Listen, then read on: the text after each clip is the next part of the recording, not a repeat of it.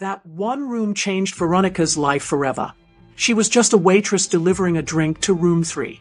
But Ji Junho, Seoul's most dangerous mafia boss, heard what the gang inside had planned for her. What he did that night changed everything. Veronica didn't know it yet, but her old life was over. The thumping bass of the club was a physical force, a pulse that vibrated up through the worn-out soles of Veronica's shoes. Eden was a palace of glitter and sin, and she was just a servant in its shadows. At 25, her life was a cycle of long shifts and lonely nights, her dream of owning a quiet art cafe feeling more like a childish fantasy with each passing day. Her only armor against the leering patrons was a cheap black uniform and a resolve hardened by necessity. Tonight, that resolve was being tested. A group called the Jade Tigers had taken her rejection as a personal insult. She could feel their hostile stares from across the room, a cold promise of retaliation. Veronica, room 3. Now, don't keep them waiting. Her manager shoved a heavy tray of expensive whiskey into her hands. Room 3. Their room.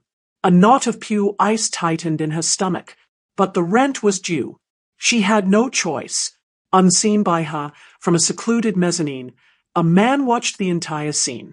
Ji Junho. Dressed in a suit that cost more than a car, he was a statue of calm authority. His sharp, handsome face was unreadable, but his dark, intelligent eyes missed nothing. He was there to unwind, but his world was one of constant threats. He'd just overheard 2 men laughing, their words slicing through the noise. Once she walks in, she's ours. The camera is ready. He saw Veronica then. Not just a waitress, but a lamb being led to the slaughter. He saw the subtle tremble in her hands as she steadied the tray, the way her throat moved as she swallowed her fare. Veronica reached the ominous door marked 3. Her heart hammered against her ribs. This was it. She took a deep breath, her hand reaching for the handle.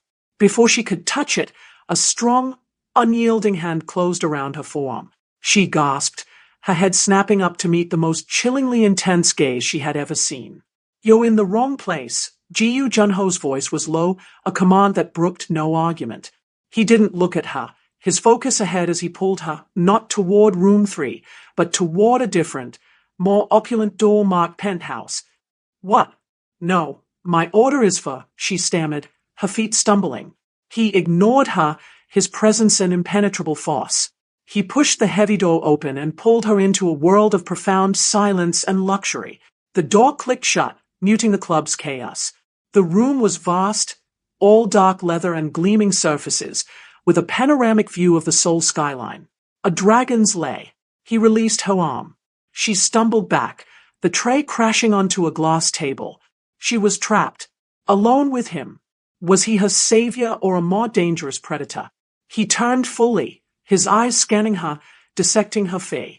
He took a slow, deliberate step forward. Then another, until he was so close she could smell the clean, dangerous scent of sandalwood on his skin. Her back hit the door. There was nowhere to run. He raised a hand. She flinched, squeezing her eyes shut, bracing for impact. But his fingers, surprisingly gentle, brushed a stray strand of hair from her cheek. Then he leaned in. His lips, soft yet firm, pressed against her cheekbone. The contact was brief, but it sent a jolt through her entire system, a confusing mix of terror and something else, something terrifyingly close to thrill. Her eyes flew open, wide with shock. He pulled back, his expression a mask of cool control. "They were waiting in that room with a syringe and a camera," he stated, his voice devoid of emotion. "Consider your debt to them paid." Veronica's blood ran cold. A syringe, a camera. The horrifying reality of her narrow escape crashed down on her. But as she stared into the impenetrable eyes of the man who now owned the space between her and freedom, one terrifying question eclipsed all others. He had just saved her from a monster. So why did she feel like she had just been thrown to a wolf? The silence in the penthouse was a living thing, thick and heavy. Veronica's heart hammered against her ribs, a frantic bird trapped in a cage of her own fear. The ghost of his kiss, a brand of fire and ice, still burned on her cheek. A syringe, she whispered, the words cracking. Her mind conjured the image, sharp and horrifying. The dark room, the leering faces, the helpless plunge into oblivion. A tremor racked her body, and she wrapped her arms around herself, feeling suddenly small and exposed in the vast, opulent room. Ji-Yu Junho watched her, his gaze analytical, as if studying the reactions of a fascinating new specimen. He didn't offer comfort. Instead, he walked to a polished cabinet and poured a single measure of amber liquid into a crystal glass. The quiet clink of the decanter was deafening. The jade tigers are small-time, vicious, but stupid. He took a slow sip, his eyes never leaving her. Their pride is more fragile than glass. You shattered it. His words were not an accusation, but a simple, cold statement of fact. In his world, this was cause and effect. So I should have, what? Let them? The question burst from her, fueled by a surge of defiant anger that momentarily overshadowed her fear. Is that what you think? A flicker of something, amusement, crossed his impassive features. It was gone in an instant. No, but your no has consequences. You just lack the power to face them. He set his glass down with a definitive click. Until now. Veronica shook her head, backing away until her shoulders pressed against the cool wood of the door. I don't want this. I don't want any of this. I just want to go home. Home. Junho gave a low, humorless chuckle. Do you think they won't be waiting for you there? Do you think a simple apology will satisfy them now that their plan has been thwarted? He took a step closer, and the air seemed to thin. You walked into my protection. In their eyes, that makes you mine. And anything that belongs to me, they will now target with twice the fury. The logic was brutal, inescapable. He hadn't just saved her, he had painted a target on her back, with his own name written beneath it. She was a pawn in a game she didn't know how to play. What are you saying? She breathed, dread coiling in her stomach. I am saying your old life is over. The moment I pulled you through that door, it ended. He stopped an arm's length away, his presence overwhelming.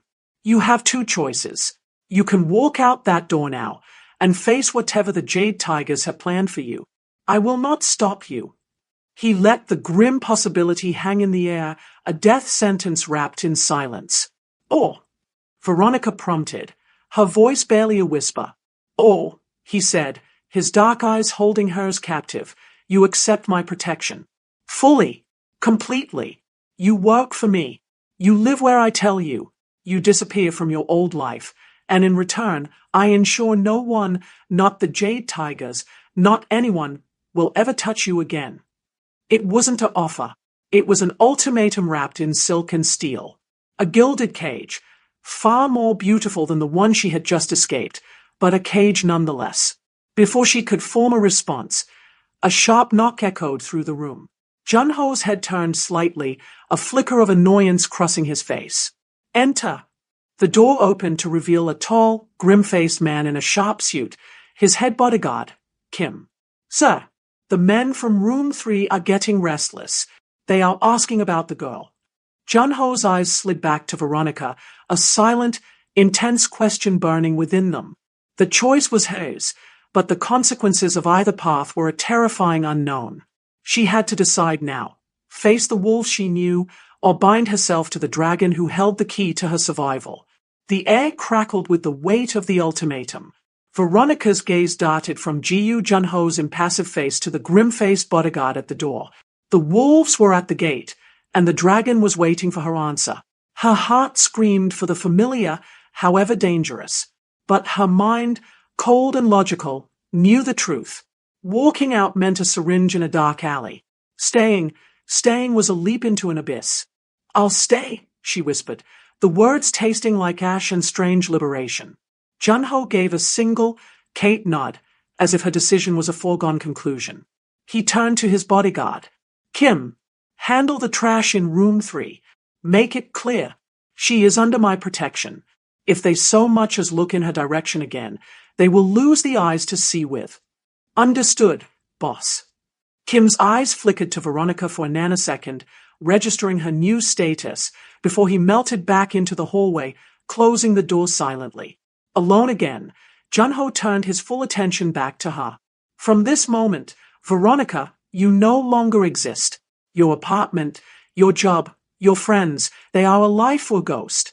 He picked up a sleek, black phone from the table and pressed a button. The car. Now. Panic, fresh and sharp, lanced through her. My things. I have photos. My mother's necklace. They are gone, he stated, his voice leaving no room for argument. Sentimentality is a luxury you can no longer afford. It is a chain your enemies will pull. He strode to the door, holding it open. We are leaving. The corridor outside was empty.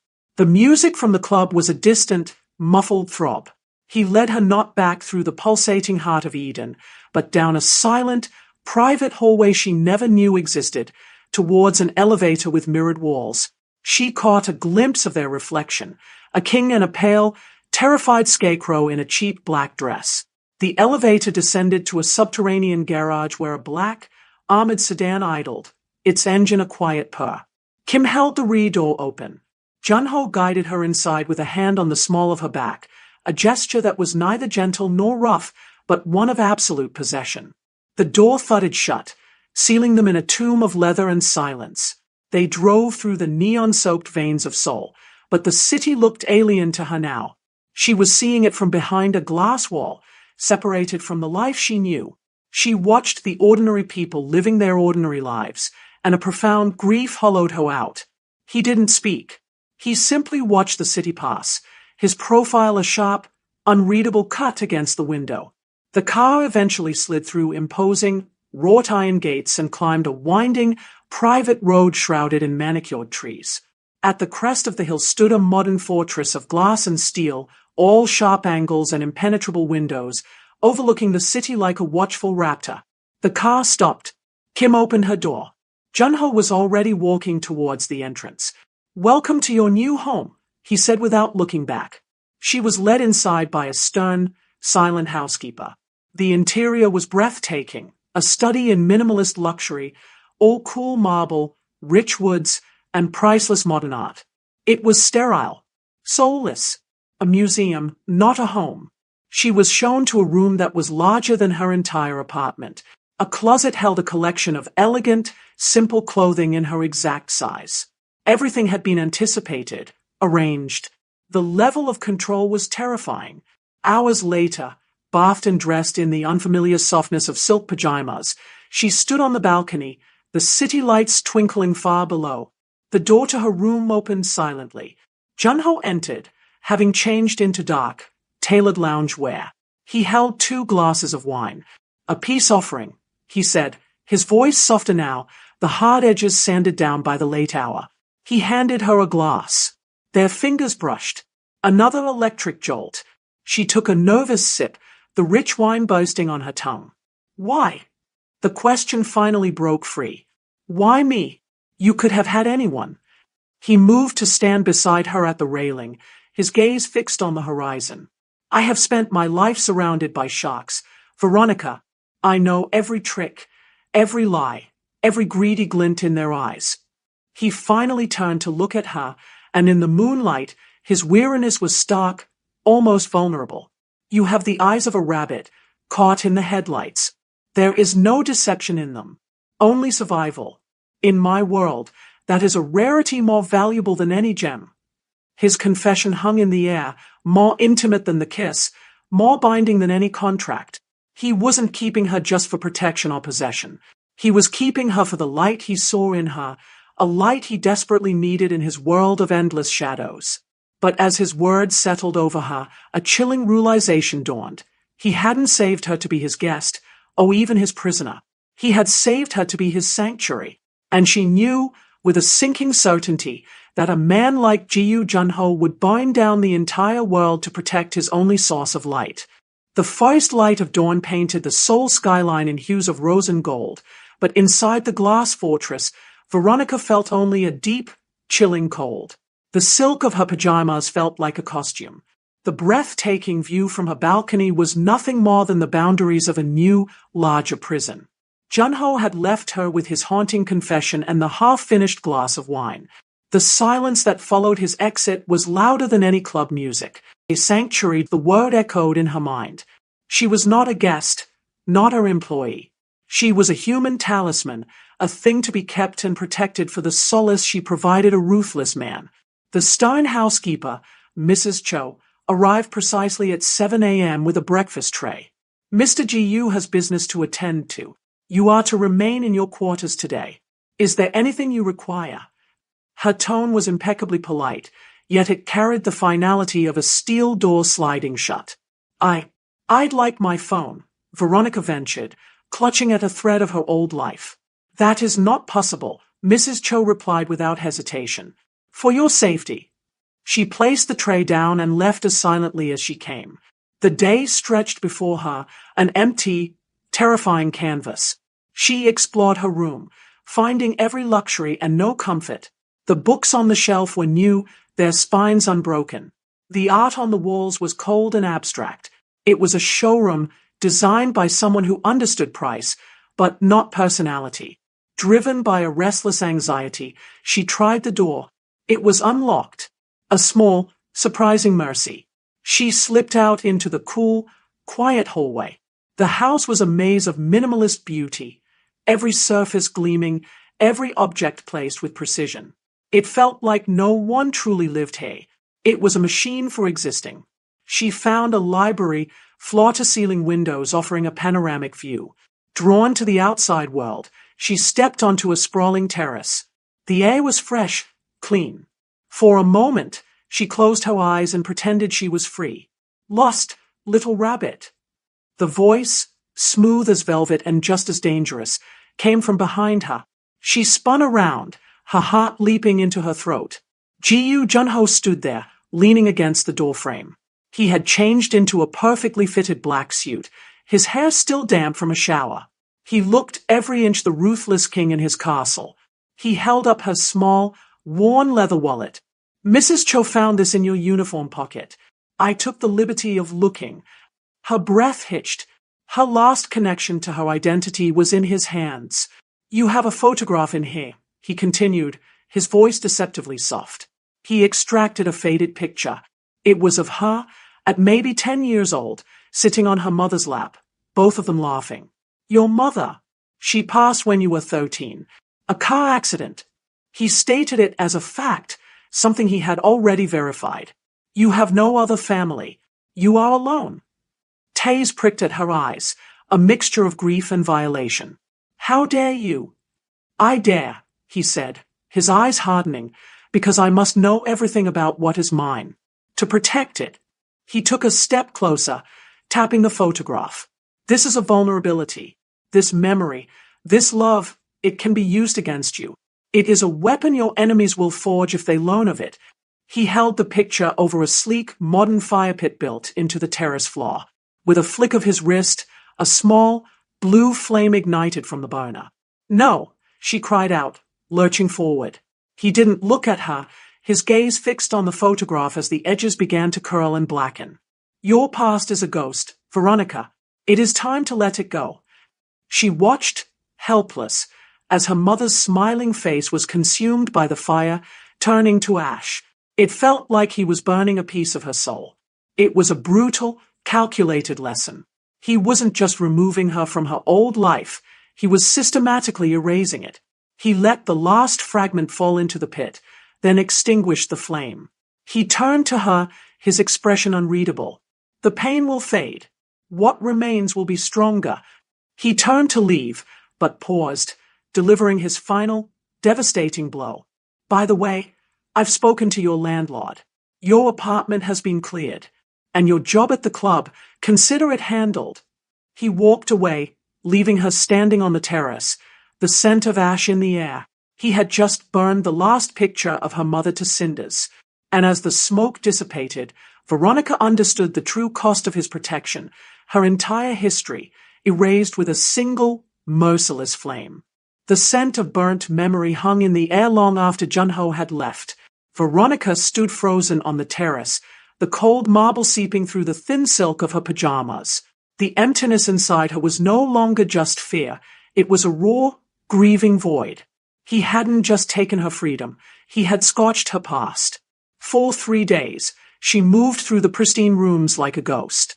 She ate the exquisite meals Mrs. Cho provided. She bathed, She slept, but she was numb. The dragon had shown his true nature. He didn't want a sanctuary, he wanted a blank slate. On the fourth evening, he summoned her for dinner. The table was set for two in the cavernous dining room, a single orchid as its centerpiece. He sat at the head, watching her as she entered. "You are quiet," he observed, his voice echoing in the vast space. "What would you like me to say?" Her voice was flat, devoid of its earlier fire. "Thank you for burning the last picture of my mother. It was necessary." He took a sip of wine. "Sentiment is a chain." "Then what is this?" She gestured around the opulent room, her voice gaining a sharp, brittle edge. "If you're stripping away everything soft, everything that makes me, then what are you protecting? A shell? A doll you can dress in silk?" He set his glass down, the crystal clicking sharply against the wood. A flicker of something, anger or perhaps frustration, crossed his face. "I am protecting a life. You're curating a possession."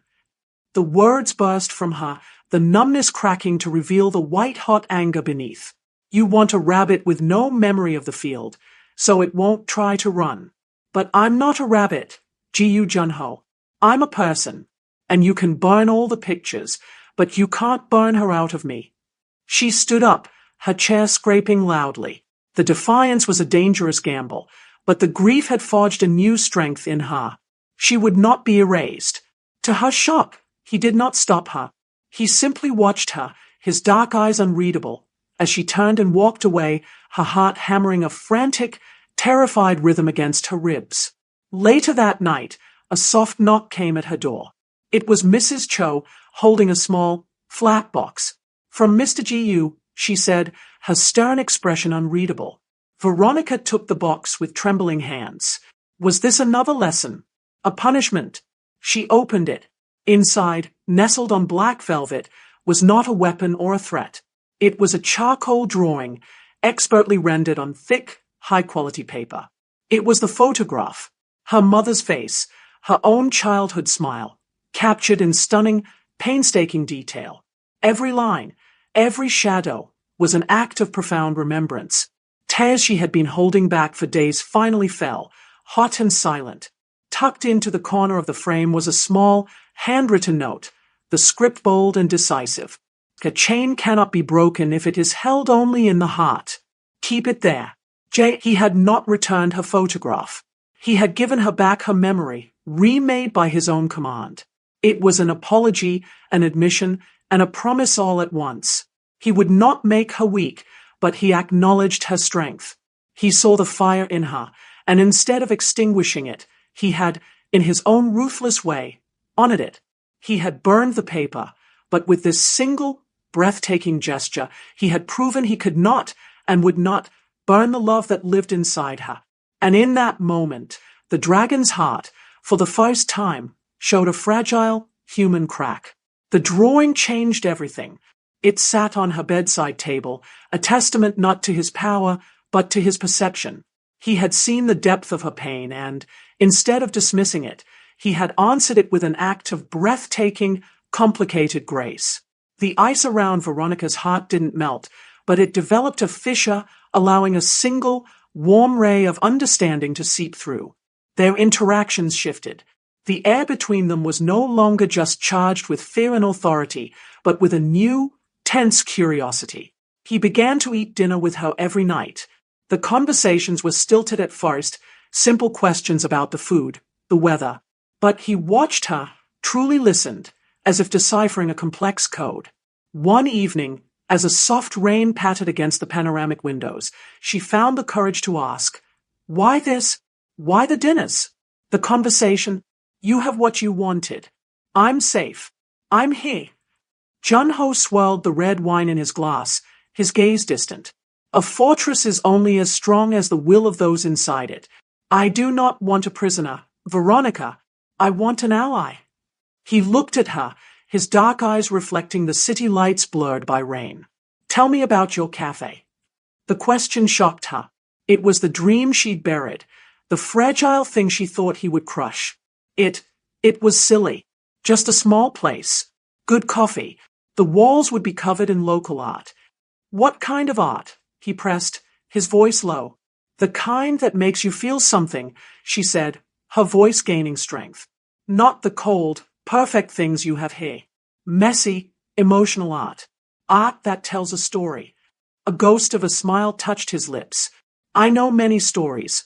Few of them are suitable for a cafe wall. It was the first time he had ever acknowledged the darkness of his world to her directly. It was an offering, a piece of his truth in exchange for a piece of her dream. Days turned into a routine.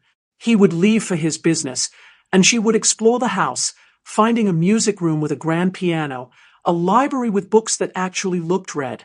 She was no longer a ghost. She was becoming a resident. One afternoon, she ventured into his private study, a room she had been warned was off-limits. It was dominated by a massive desk of polished obsidian, and there, in a simple, elegant frame, was a photograph of a smiling, elegant woman with kind eyes, a younger version of the mother from her burned picture. He had not just drawn it from memory, he had sourced the original image. He had gone into the heart of her past and retrieved a piece of it for her. Her breath caught. This was more than an apology. This was a vow. That night, he came home later than usual. She heard his footsteps, heavier than normal, and saw the tension in his shoulders as he passed her open door. On impulse, she went to the kitchen and made a simple cup of tea, the way her mother had taught her, hibiscus and a touch of honey. She found him standing in the dark of his study, staring out at the rain-slicked city, his back to her. She placed the steaming mug on his desk. It's not wine, she said softly, but it's warm.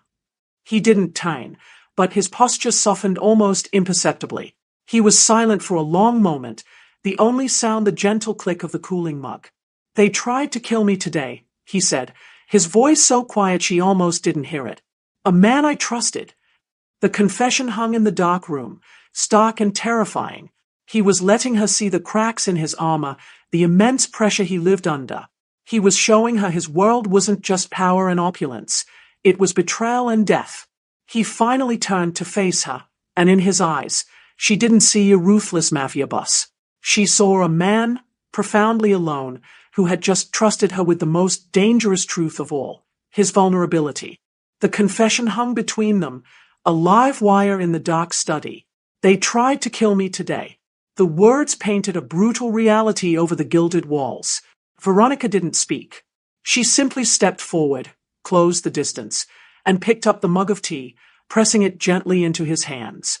Her fingers brushed against his, and this time, the electric jolt was one of shared understanding, not fear. He took the mug, his gaze locked with hers. He took a sip, and something in his rigid posture finally broke. A slow, weary exhale. It's good, he murmured, the compliment sounding foreign on his tongue.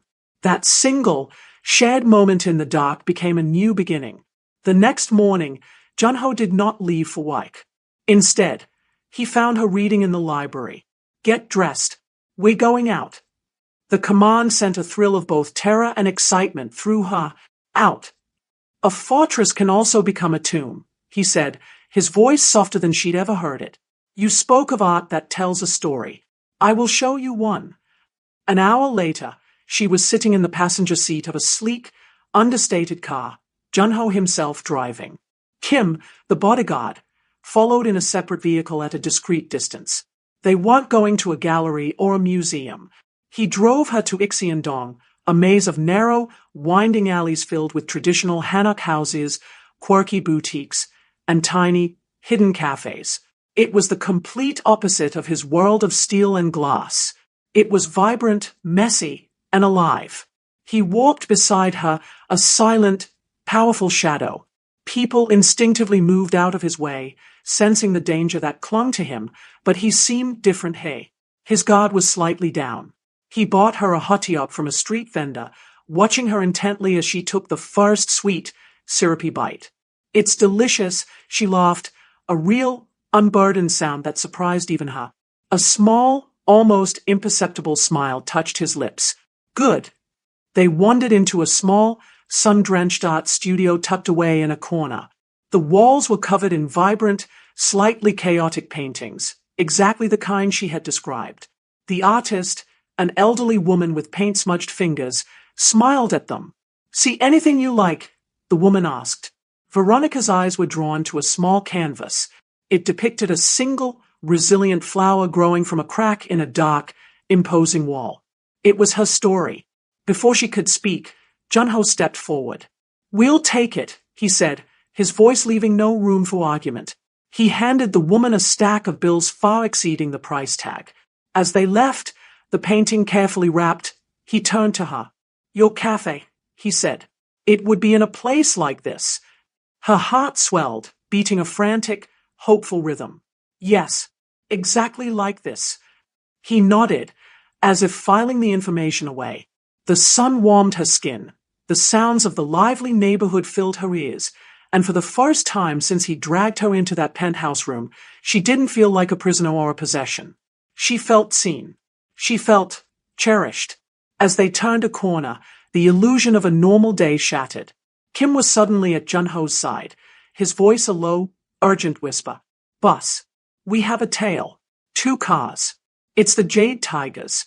They must have tracked us. Junho's entire demeanor transformed in an instant. The softness vanished, replaced by a lethal, focused calm. He pulled Veronica close, his arm a steel band around her shoulders, shielding her body with his own. Time to go, he said, his voice dangerously quiet. But as he guided her swiftly back toward the car, his grip was not one of confinement, but of fierce, desperate protection. The taste of freedom had been sweet, but it had led the wolves right to their door. And as he pushed her into the safety of the car, his eyes met hers, blazing with a terrifying promise. He would tear the entire city apart before he let them touch her again. The drive back to the fortress was a silent, high-speed nightmare. Junho drove with a terrifying, controlled fury, his knuckles white on the steering wheel. Veronica watched the city blow past, the lingering taste of hotioc and freedom now ash in her mouth. The Jade Tigers had not forgotten. Her old life was reaching its claws into her new one, threatening to shred it. Inside the safe house, the atmosphere was electric. Junho was a different man. The brief glimpse of the man who appreciated art and street food was gone, replaced by the undisputed king of the underworld. He barked orders into his phone, his voice a whip-crack of authority. Men in dark suits moved with purpose, their faces grim. Veronica stood in the center of the living room, feeling the storm gather around her. This is my fault, she whispered, her voice trembling. If I hadn't gone out. Junho ended his call and crossed the room in 3 long strides. He didn't touch her, but his presence was an anchor in the chaos. No, he said, his voice low and absolute. This was always coming. They challenged what is mine. That is a death sentence. The word mine no longer felt like a chain. It felt like a shield. He cupped her face, his thumb stroking her cheek, a shocking contrast to the violence in his eyes. They saw me with you. They saw me soft. They think it is a weakness. They are wrong. His gaze burned into hers, fierce and possessive. You are not my weakness, Veronica. You are the reason I have something left to fight for. You are my strength. The confession was more potent than any kiss, more binding than any contract. He was not protecting a possession. He was defending the woman who had become his heart. I have to end this. Tonight, he stated, his decision final. You will stay here with Kim. You will be safe. Panic seized her. Junho, no. Don't go. The plea was ripped from her soul. She couldn't bear the thought of him walking into violence, of losing him now that she had finally found him. He leaned in, his forehead resting against hers, their breaths mingling. I will come back to you, he vowed, his voice a raw whisper. I have to, because a world without your light is a world not worth ruling. He pulled away, his expression hardening into an unbreakable mask of resolve. He gave a sharp nod to Kim, then turned and walked out the door without a backward glance, his men falling in behind him. The heavy door clicked shut, and the silence he left behind was deafening. Veronica wrapped her arms around herself, the small, wrapped painting of the flower feeling heavy in her hand. Kim stood stoically by the door, a silent sentinel. Hours ticked by. Each minute felt like an eternity. She jumped at every sound, her heart pounding a frantic, terrified rhythm. She pictured him in dark alleys, facing down guns and knives. She remembered the weariness in his eyes, the weight of his world, and she knew, with a certainty that shook her to her core, that she loved him.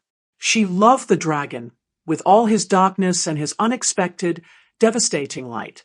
Suddenly, her phone, a new, secure one he had given her, vibrated on the table.